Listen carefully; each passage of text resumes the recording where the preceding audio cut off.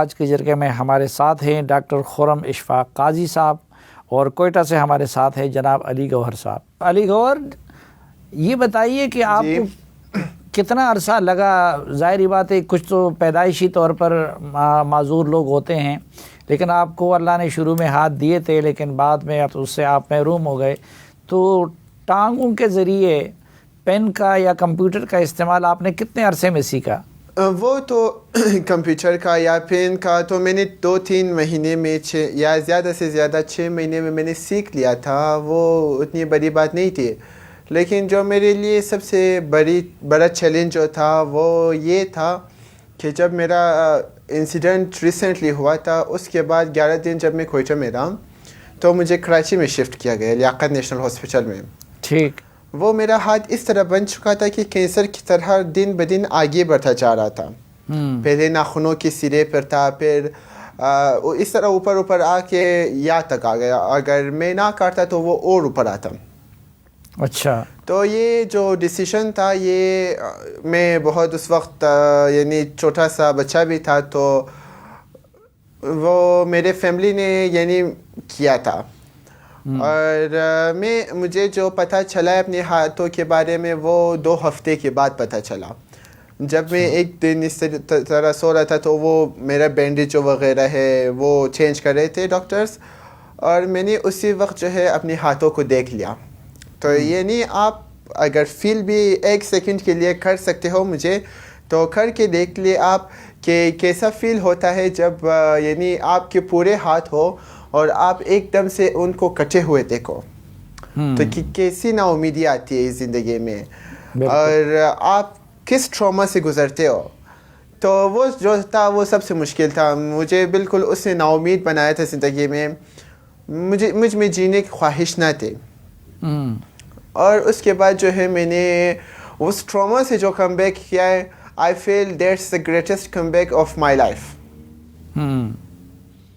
تو اس ٹراما سے کیسے اپنے آپ کو نکالا؟ پہلے تو یہ بھی بڑی ہمت والی بات تھی۔ اس ٹراما سے میں نے ایسے خود کو نکالا کہ ہمارا عقیدہ ہے، اور اسپیشلی میرا، ایک تو پہلے اللہ پر، اور دوسرے جو ہے وہ حضرت محمد اور ان کے اہل بیت پر۔ جی۔ تو میں نے کہا کہ حضرت محمد صلی اللہ علیہ وسلم اور ان کے اہل بیت پہ جو مظالم آئے، جو ظلم آئے، so they were greater than us، وہ ہم سے بڑے تھے، مقام میں بھی، سوچ میں بھی، ہر چیز میں بھی۔ بالکل۔ تو جب وہ لوگ ان پر اللہ کا امتحان آ سکتا ہے تو میں کیوں نہیں؟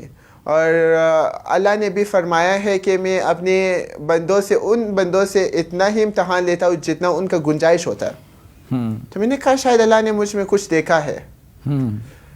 تو اور وہ اہل بیت کا جو ظلم تھا وہ میں نے اپنی ذہن میں رکھا، اور اسی طرح میں نے کم بیک کیا ڈپریشن سے، اور اس ٹراما سے میں نے صرف اور صرف ایک چیز حاصل کی، اور وہ ہے اللہ، اور وہ سب سے بڑا ہے۔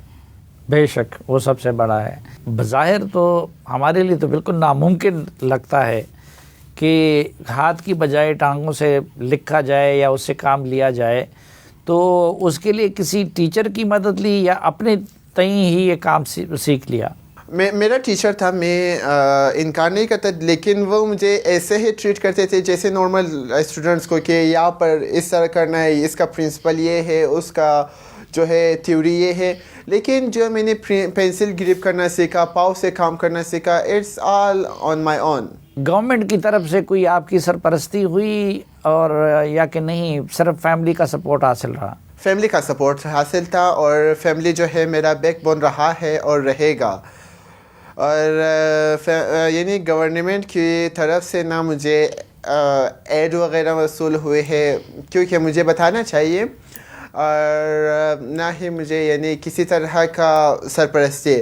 ہاں، لیکن گورنمنٹ نے مجھے کئی ایوارڈ سے نوازا ہے، جیسے ابھی میں ہائر ایجوکیشن کمیشن میں انوائٹڈ تھا کچھ دن پہلے، اور اس سے پہلے 2021 میں ISPR کی طرف سے میں as a pride of Pakistan nominated ہوا تھا اسلام آباد میں۔ اچھا، تو یہ 2 مرتبہ آپ کو ایوارڈ سے نوازا گیا ہے؟ جی، اور اس کے سوا جو ہے میرا اپنا پرسنل ایوارڈ یعنی نیشنل لیول پہ نہیں ہے یا گورنمنٹ کی طرف سے نہیں ہے، وہ جو میں نے کمپٹیشنس وغیرہ جیتے ان کا ہے، کیونکہ آئی ایم این آرٹسٹ تو ہم پینٹنگ بناتے ہیں. تو آپ تو ماشاءاللہ ملٹی ڈائمینشنل پرسنالٹی کے مالک ہیں اور مختلف سمتوں میں کام کر رہے ہیں، تو آگے مستقبل میں کیا کیا ارادے ہیں؟ جی، میرا سب سے پہلا ارادہ تو یہ ہے کہ میں اپنے ملک کے لیے جو بھی کر سکتا ہوں، جس طرح کا خدمات کر سکتا ہوں میں کر لوں. اور ایز اے یوتھ مجھے اپنے ملک کی اس حالت کو دیکھ کر بہت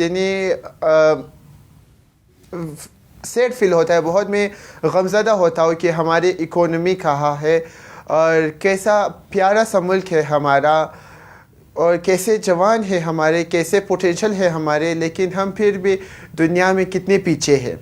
ٹھیک. تو میں یہ سوچ بدلنا چاہتا ہوں لوگوں کا، اپنی یوتھ کا، سب کا، کہ جو آپ سے ابھی اسپیشلی الیکشن کا ٹائم ہے تو جو بھی آپ سے ووٹ مانگیں گا پوچھیں ان سے کہ آپ نے کیا کام کیا ہے، کیا کریں گے آپ.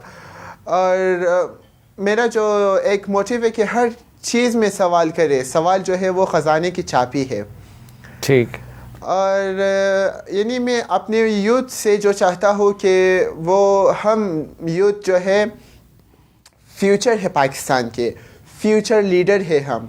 سو اگر آج ہمیں کرپشن دیکھنا پڑ رہا ہے، اکانومی کی مشکلات دیکھنا پڑ رہا ہے، تو ہم اسے سبق سیکھ لیں اور خود محنت کر کے تاکہ ہمارے آگے آنے والی نسلوں کو یہ مشکلات درپیش نہ ہو. ٹھیک.